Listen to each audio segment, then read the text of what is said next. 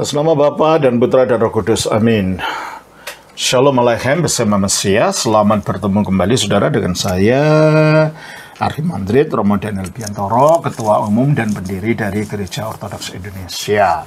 Kita akan melanjutkan acara kita, yaitu menjawab pertanyaan-pertanyaan yang saudara sudah kirim kepada saya. Pertanyaan kali ini berasal dari saudara Agiest, yang kalau tidak salah sekarang tinggalnya di Pekanbaru. Ini dikirim sudah lama, sebenarnya setahun yang lalu mungkin. Tetapi maaf ya, karena kesibukan-kesibukan seperti yang lain-lain baru bisa jawab sekarang ya. Saudara Agies mengatakan, apakah benar bahwa sakramen itu adalah sarana pengudusan? Dan mengapa harus ada 7 sakramen? Apa alasannya? Apa ada kaitannya dengan angka 7 sebagai lambang kekudusan? Baik saudara, kata sakramen itu adalah kata yang digunakan di dalam tradisi gereja barat, yang akhirnya juga digunakan di gereja timur. Tapi gereja timur sendiri menyebut sakramen itu sebagai mysterion, artinya misteri. Mengapa begitu? Karena apa yang dilihat nampak oleh mata itu berbeda dengan apa yang sebenarnya terjadi. Misalnya, yang nampak mata pada waktu baptisan orang dicelupkan ke dalam air. Tetapi yang terjadi, orang itu oleh kuasa Roh Kudus disatukan dengan kematian, penguburan, dan kebangkitan Yesus. Jadi ini misteri yang terjadi. Dan ini terjadi karena Roh Kudus bekerja pada saat peristiwa ini dilakukan.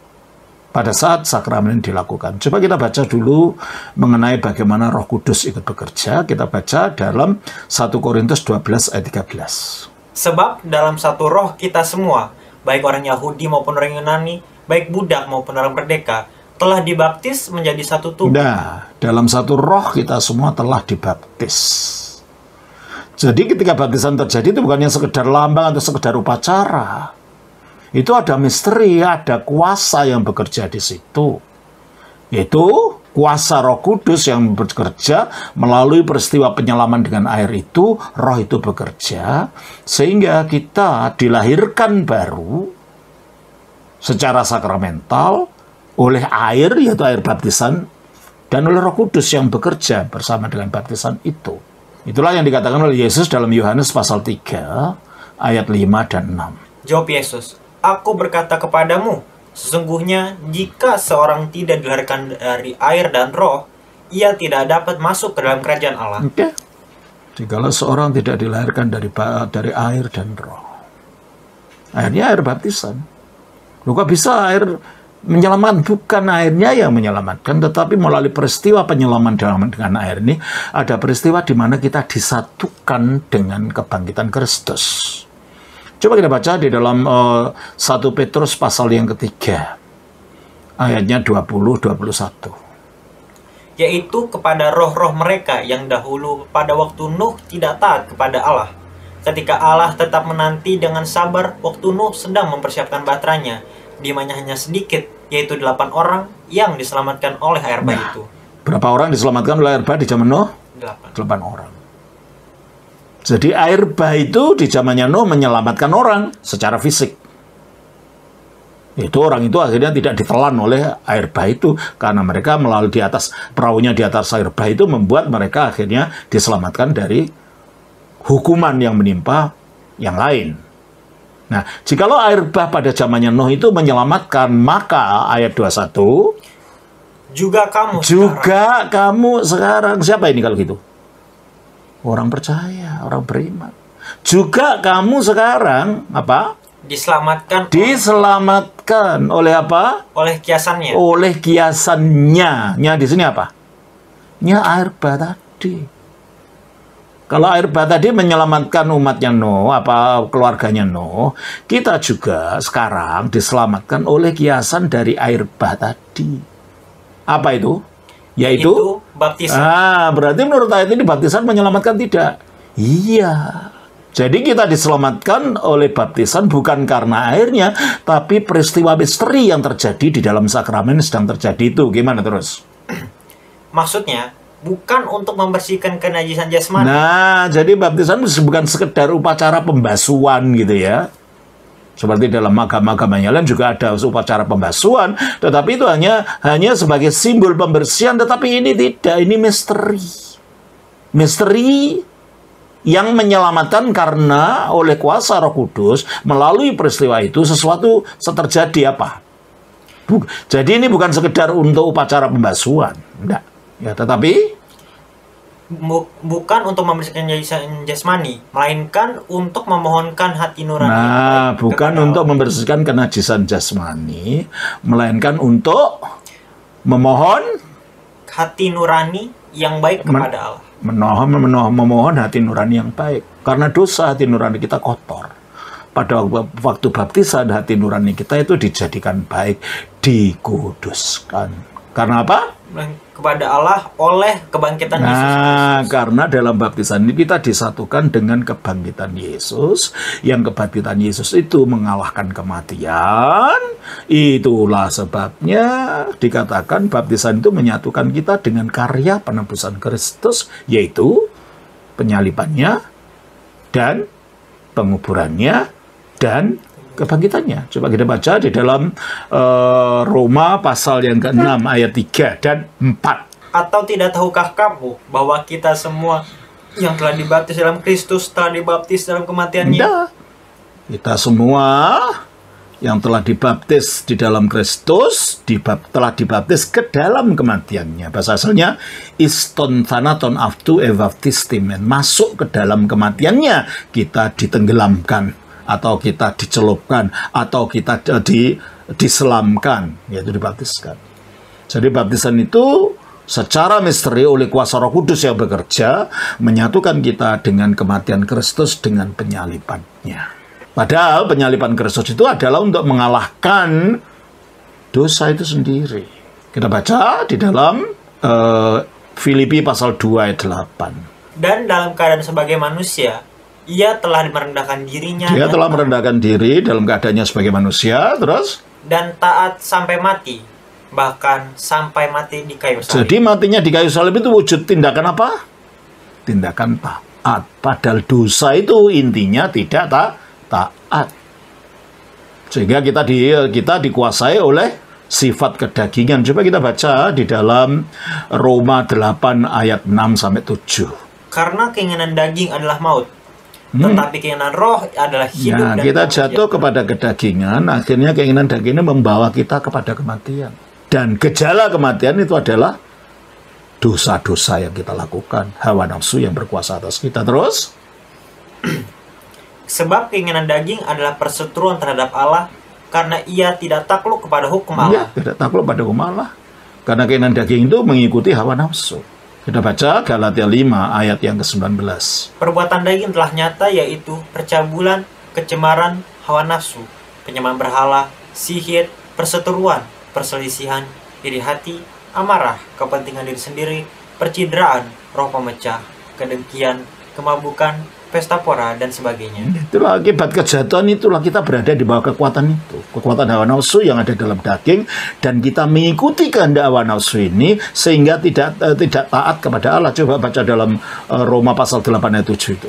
Sebab keinginan daging adalah perseteruan terhadap Allah. Perseteruan terhadap Allah. Karena ia tidak takluk kepada hukum Allah. Tidak takluk kepada hukum Allah berarti jadi kita punya kodrat tidak taat, kodrat tidak takluk, kodrat tidak mengikuti kehendak Allah. Jadi intinya dosa kalau begitu apa? Ketidaktaatan. Nah, bagaimana untuk ketidaktaatan itu harus dikalahkan dengan ketaatan. Padahal ketidaktaatan itu inti ketidaktaatan itu ada pada tubuh manusia. Oleh karena itu firman itu jadi manusia. Supaya kemanusiaan yang dikuasai oleh ketidaktaatan itu boleh dikalahkan ketidaktaatannya melalui ketaatannya di atas salib. Maka di atas salib itu dia menunjukkan ketaatan itu. Dengan demikian dosa telah dihukum, ketidaktaatan itu telah dihukum di dalam tubuh jasmani Kristus ini. Coba kita baca di dalam Roma pasal 8 ayat 3. Sebab apa yang tidak mungkin dilakukan hukum Taurat karena tak berdaya oleh daging. Ya, tak berdaya oleh karena daging. Karena daging itu isinya hawa nafsu. Hukum Taurat hanya memberi peraturan, tetapi tidak bisa mengubah hati manusia supaya dapat menaklukkan daging. Tidak. Maka hukum-hukum Taurat tidak berdaya untuk mengubah manusia. Karena daging ini terus telah dilakukan oleh Allah dengan jalan dengan jalan mengutus anaknya sendiri dalam daging. Jadi sekarang bukan aturan, bukan wujud buku tulisan, tapi firman itu jadi manusia, diutus turun ke bumi supaya apa? Supaya punya daging untuk dapat mengalahkan sifat ketidaktaatan yang ada dalam daging tadi. Terus dalam daging yang serupa dengan daging yang dikuasai dosa karena dosa. Terus ia telah menjatuhkan hukuman atas dosa di dalam daging. Dia telah menjatuhkan hukuman atas dosa. Apa tadi itu dosa itu? Intinya ketidaktaatan dalam daging. Dagingnya ya dagingnya dia waktu disalib itu, karena waktu disalib dia taat. Dengan demikian mengalahkan intinya dosa. Sehingga dengan demikian kita baca di dalam Roma pasal 5 ayat 19. Jadi sama seperti oleh ketidaktaatan satu orang. Siapa ketidaktaatan siapa ini? Adam. Semua orang telah menjadi orang berdosa. Efeknya kita jadi orang berdosa. Kita berada di bawah kodrat ketidaktaatan itu, mengikuti hawa nafsu itu, menjadi daging itu. Terus demikian pula oleh ketaatan satu orang. Nah, ketaatan siapa ini? Yesus. Kapan? Waktu disalib. Demikian juga oleh ketaatan satu orang. Semua orang menjadi orang benar. Menjadi orang benar artinya melalui baptisan itu kita disatukan. Melalui baptisan oleh iman, akhirnya kita disatukan dengan dampak karya Kristus di atas salib itu. Akhirnya kita ikut dilepaskan dari kuasa dosa yang telah terlepas dari tubuh kemanusiaan Kristus, yang telah dihukum di dalam tubuh kemanusiaan Kristus itu, sehingga dikatakan dalam Kisah Rasul pasal 2 ayat 38. Jawab Petrus kepada mereka, bertobatlah dan hendaklah kamu masing-masing memberi dirimu dibaptis dalam nama Yesus Kristus untuk pengampunan dosa. Nah, jadi baptis untuk pengampunan dosa. Bagaimana kok baptis membawa ke pengampunan dosa? Ya karena baptis itu secara misteri oleh kuasa Roh Kudus menyatukan kita dengan kemenangan Kristus atas dosa di atas salib oleh ketaatannya. Berarti kalau gitu kita menerapkan, kita menerima penebusan Kristus diterapkan dalam diri kita oleh iman yang dilakukan di dalam baptisan itu. Sehingga kita mendapatkan pengampunan dosa. Darah Kristus diterapkan pada kita, maka baptisan itu menjadi pengudusan kita. Demikian juga sakramen yang dilanjutkan baptisan itu sakramen krisma, pengurapan. Nah, untuk menjelaskan untuk lebih jauh nanti coba lihat saudara dalam pengajaran saya mengenai sakramen dan ortolatria itu ada 10 video. Supaya saya tidak menjelaskan terlalu panjang lebar lagi tentang sakramen ini. Di situ sudah ada. Dalam sakramen krisma, di mana kita diurapi, yang melalui sakramen krisma itu kita dimeteraikan oleh Roh Kudus. Coba kita baca dalam 2 Korintus pasal 1 ayat 21. Sebab dia yang telah meneguhkan kami bersama-sama dengan kamu dalam Kristus adalah Allah yang telah mengurapi. Terus efeknya apa? Memeteraikan tanda miliknya atas kita. Memeteraikan tanda miliknya atas kita. Oleh karena itu kalau di gereja ortodoks pada sakramen krisma diberikan dengan orang diurapi dengan minyak khusus ini, minyak pengurapan. Roma akan mengatakan meterai karena Roh Kudus. Umat menjawab amin. Dimeteraikan. Lalu dengan dimeteraikan apa? Atas kita dan yang memberikan Roh Kudus. Nah, dari situlah kita menerima Roh Kudus. Dan Roh Kudus itulah yang memberikan pengudusan kepada kita. Kita baca di dalam 1 Petrus pasal 1 ayatnya yang kedua. Yaitu orang-orang yang dipilih sesuai dengan rencana Allah Bapa kita dan yang dikuduskan oleh Roh. Yang dikuduskan oleh Roh. Jadi melalui penyatuan kita dengan kematian Kristus, kita dilepaskan dari dosa, dari ketidaktaatan tadi, dan melalui sekrisma di mana kita dimeteraikan Roh Kudus, kita menerima pengudusan itu. Itulah sebabnya maka Sakramen ini, sakramen inisiasi ini adalah sarana kita dikuduskan, sehingga dikatakan bahwa kita dikuduskan oleh di dalam nama Kristus dan kuasa Roh Kudus. Kita baca 1 Korintus pasal yang ke-6 ayat 11. Dan beberapa orang di antara kamu demikianlah dahulu. Demikian artinya seperti yang dikatakan di atas itu. Coba kita baca ayat 9. Atau tidak tahukah kamu bahwa orang-orang yang tidak adil tidak akan mendapat bagian dalam kerajaan Allah? Janganlah sesat. Orang cabul, penyembah berhala, orang berzina, banci, orang penggurit, pencuri, orang kikir, pemabuk, pemfitnah, dan penipu tidak akan mendapat bagian dalam kerajaan Allah. Terus ayat selanjutnya. Dan beberapa orang di antara kamu demikianlah. Nah, demikian seperti itu tadinya sebelum menjadi Kristen. Menghidupi hidup hawa nafsu. Tapi setelah jadi Kristen, terus? Tetapi kamu telah memberi dirimu disucikan. Nah, kamu disucikan. Kamu telah dikuduskan. Kamu telah dikuduskan. Kamu telah dibenarkan. Kamu telah dibenarkan. Dalam nama Tuhan Yesus Di Kristus. dalam nama Tuhan Yesus.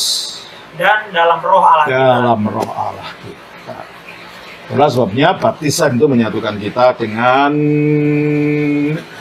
dampak daripada penebusan Kristus di atas salib, dan Krisma itu memberikan Roh Kudus kepada kita, sehingga dengan demikian kita menerima pengudusan itu. Dan itulah yang diucapkan oleh Romo dalam gereja Ortodoks pada waktu selesai baptisan, mau selesai, orang akan dipercik lagi dengan air dan mengatakan, engkau dikuduskan, engkau dibenarkan dengan dalam nama Tuhan Yesus Kristus dan di dalam roh Allah kita ini. Jadi ini kaitannya diucapkan pada waktu baptisan. Dengan demikian memang baptisan adalah awal dari pengudusan kita. Nah, sekarang karena baptisan itu bukan magic, kita harus apa yang sudah diberikan sebagai benih di dalam kita ini harus kita tumbuhkan, harus kita perkembangkan. Nah, setelah kita dibaptis dan dikrisma, maka untuk menghidupi kehidupan kita, penyatuan kita dengan Kristus yang sudah dimulai dengan baptisan itu, maka kita harus menyatu dengan Kristus terus melalui kematiannya itu, penebusannya itu, melalui perjamuan kudus. Nah, kembali kepada baptisan bumi tadi. Jadi kita baru berbicara tentang kita menyatu dengan kematian Kristus. Kembali kepada Roma 3 ayat 4 tadi. Roma 6 ayat 4, ayat 3. Atau tidak tahukah kamu bahwa kita semua yang telah dibaptis dalam Kristus telah dibaptis dalam kematiannya? Telah dibaptis dalam kematiannya. Iston tanaton aftu ebaptistimen. Kita telah dibaptiskan masuk ke dalam kematiannya. Terus? Dengan demikian, kita telah dikuburkan bersama-sama dengan Dia. Kita telah dikuburkan bersama Dia dalam baptisan. Pada penguburan itu apa yang terjadi dengan penguburan Kristus? Kita baca di dalam Ibrani pasal 2 ayat yang 14. Karena anak-anak itu adalah anak-anak dari darah dan daging. Manusia itu berasal dari darah, berwujud darah dan daging. Maka ia juga Maka firman Allah itu juga turun. Maka ia juga menjadi sama dengan mereka. Menjadi sama dengan manusia, yaitu supaya dia bisa mati. Sebab kalau dia tidak jadi manusia, bagaimana bisa disalib? Dan bagaimana bisa mati? Maka dia harus punya tubuh manusia. Terus? Dengan mereka dan mendapat bagian dalam keadaan mereka. Dan mendapat bagian dalam keadaan manusia. Terus? Supaya oleh kematiannya, karena sudah punya tubuh bisa mati. Kalau firman Allah tanpa menjadi manusia, ya nggak bisa mati. Maka oleh kematiannya apa? Ia memusnahkan dia, yaitu iblis yang berkuasa atas maut. Nah, oleh kematiannya dia memusnahkan dia, yaitu iblis yang berkuasa atas maut. Kalau iblis berkuasa atas maut, maka secara logika setiap orang mati masuk dalam kuburan, dia dikuasai oleh penguasa alam maut ini, yaitu iblis. Kristus masuk ke alam maut dengan matinya itu. Loh, kalau gitu dia dikuasai iblis dong. Tunggu dulu. Karena ternyata pada hari ketiga dia bangkit dan iblis tidak bisa menarik dia masuk lagi ke dalam alam kubur supaya tetap mati. Berarti iblis dikalahkan oleh Yesus. Jadi dengan baptisan kita menyatu dengan penguburannya, berarti kita dilepaskan dari kuasa kegelapan, dipindah kepada kerajaan Kristus. Itulah yang dikatakan dalam Kolose 3:14. Kolose 1 ayat 13. Ia telah melepaskan kita dari kuasa kegelapan dan memindahkan kita ke dalam kerajaan anaknya yang kekasih. Itu efek dari baptisan itu. Kita dilepaskan dari dosa karena menyatu dengan penyalibannya. Kita dilepaskan dari kuasa kegelapan karena menyatu dengan penguburannya. Dan kembali kepada Roma pasal 3 ayat 4 tadi. Roma 6 ayat 4. Dengan demikian kita telah dikuburkan bersama-sama dengan Dia oleh baptisan dalam kematian, supaya sama seperti Kristus telah dibangkitkan dari antara orang mati oleh kemuliaan Bapa, demikian juga kita akan hidup dalam hidup yang jadi baru. tujuannya adalah dengan kita disatukan dari kematiannya dan penguburannya, supaya sebagaimana Kristus dibangkitkan oleh kemuliaan Allah Bapa, kita pun akan peripatisumen and kenotitis. Kita akan berjalan di dalam kebaharuan hidup. Itu bahasa aslinya. Kebaruan apa? Hidup apa tuh? Hidup kebangkitan. Jadi kita menyatu dengan kebangkitannya, sehingga kita menerima hidup kebangkitan itu, yaitu hidup kekal itu. Itulah yang dikatakan di dalam Kolose pasal 2 ayat 11-12.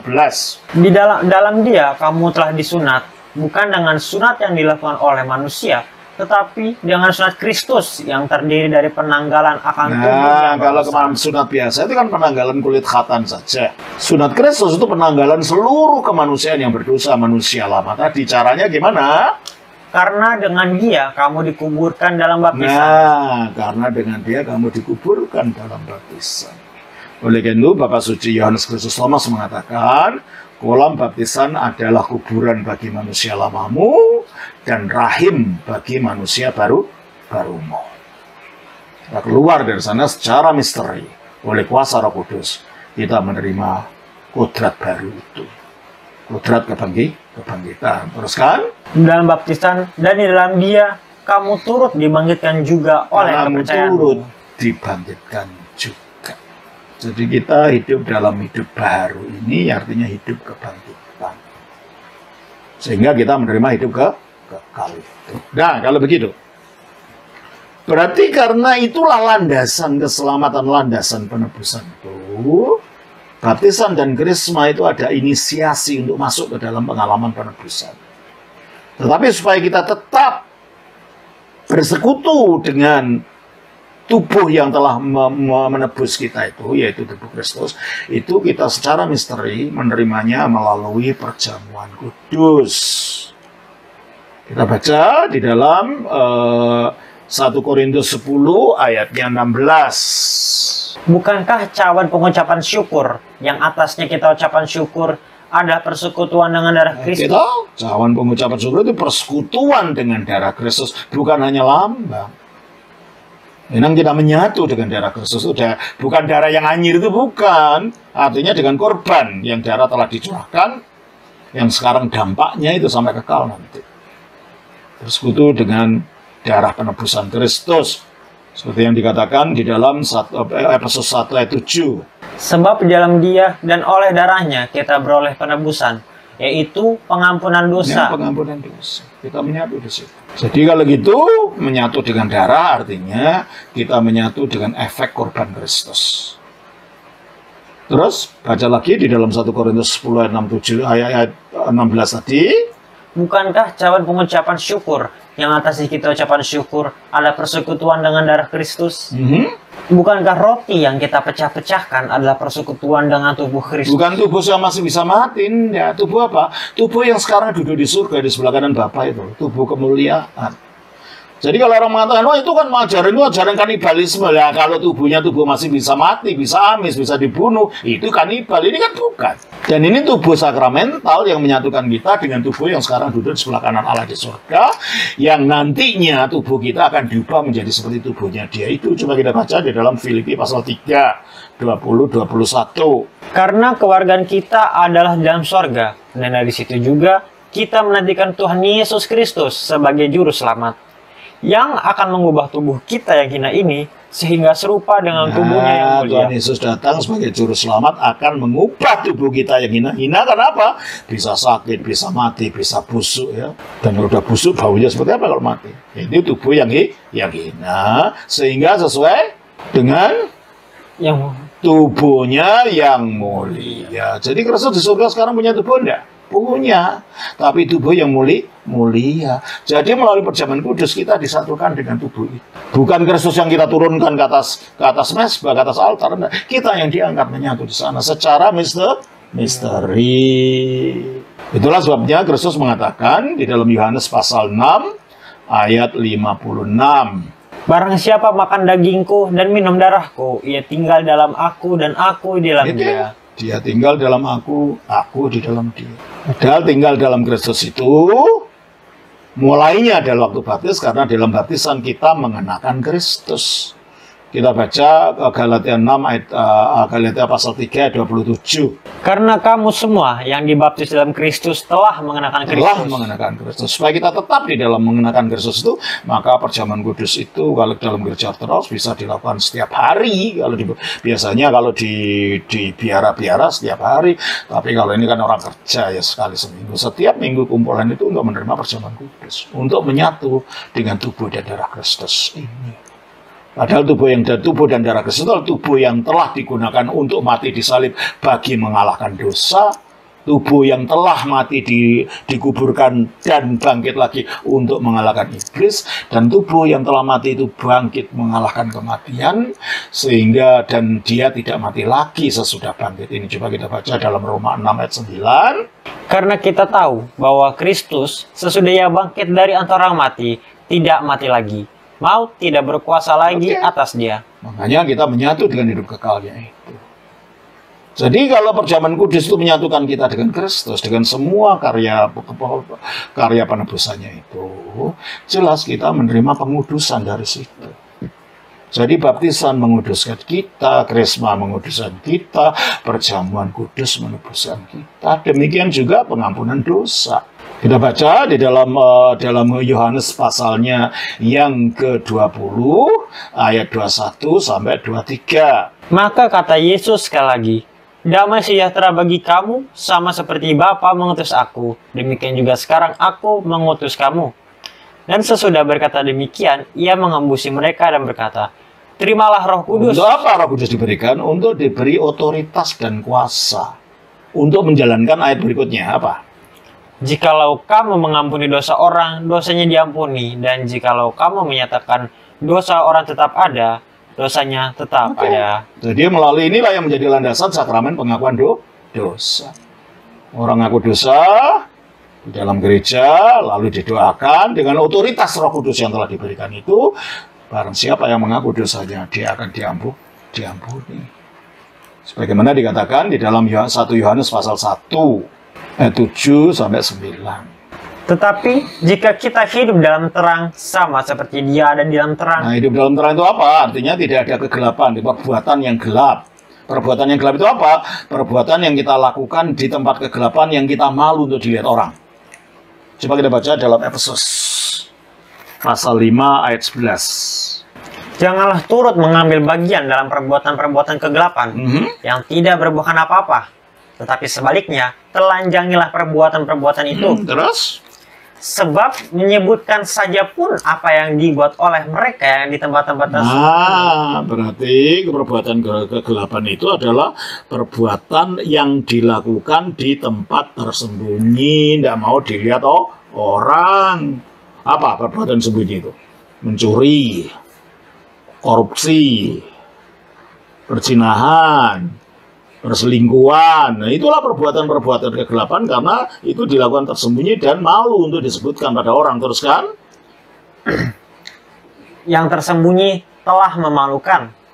Memalukan, ya toh? Terus? Tetapi segala sesuatu yang sudah ditelanjangi oleh terang itu menjadi nampak. Sebab semua yang nampak adalah terang. Bagaimana kita menelanjangi perbuatan kegelapan? Kita akui dalam pengakuan dosa. Dibuka semua, artinya nggak ada yang tertutup. Jadi pengakuan dosa ini adalah membuka semua yang ada di dalam hati.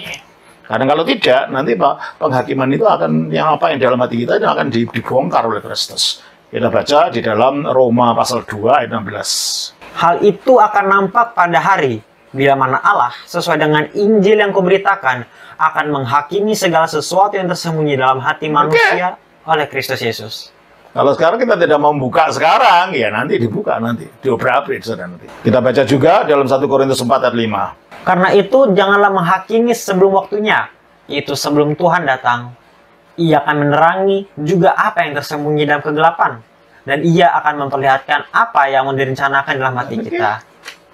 Apa yang direncanakan dalam hati yang tidak kita akui, tidak kita buka dalam di dalam pertobatan, ya nanti akan dipermalukan oleh Tuhan, akan dibuka. Dan itulah sebabnya dikatakan kembali, berjalan dalam terang artinya berjalan di dalam keadaan tanpa menyimpan dosa di dalam diri. Kita baca dari 1 Korintus 1 Yohanes pasal 1 ayat 7 itu. Tetapi jika kita hidup dalam terang, sama seperti dia ada dalam terang, maka kita beroleh persekutuan seorang dengan yang lain. Tentunya lah, kalau kita hidup dalam terang, saya tidak menyimpan dendam pada kamu. Kamu tidak menyimpan dendam saya, bisa bersekutu enggak? Ya bisa, kalau saling tidak menyimpan dendam. Tapi kalau saya hidup dalam kegelapan, menyimpan dendam, ini dan itu, kita tidak bisa bersekutu. Terus?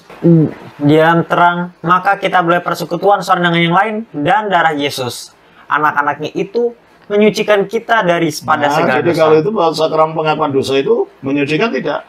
Iya. Barang siapa dosanya engkau ampuni, dosanya akan diampuni. Barang siapa dosanya kau nyatakan ada, dosanya tetap ada. Terus? Jika kita berkata bahwa kita tidak berdosa, Nah, ini ada ajaran sekarang namanya hypergrace. Yang mengatakan kita sudah nggak usah minta pengampunan dosa. Lah kita mengatakan ada sakramen pengakuan dosa dan kita dikatakan untuk kalau kita mengatakan tidak berdosa, sudah tidak ada dosa, ada apa mengaku dosa kalau begitu? Ini ajaran Alkitab. Terus tidak berdosa, maka kita menipu diri kita sendiri. Coba kalau sadar, kalau kita jujur, kita tidak pernah merendahkan orang di hati kita, biarpun orang tidak tahu. Nggak pernah ada rasa menghakimi orang dalam hati kita, biarpun tidak berdosa dalam arti yang spektakuler gitu. Tapi pikiran kita ini penuh dengan hal-hal yang belum berkenan kepada Tuhan, itu pun dosa. Maka dikatakan kalau kita mengakui kita tidak berdosa, maka tidak mengampuni, kita tidak perlu minta ampun. Itu ajaran yang menuntun kita kepada kecelakaan itu nanti.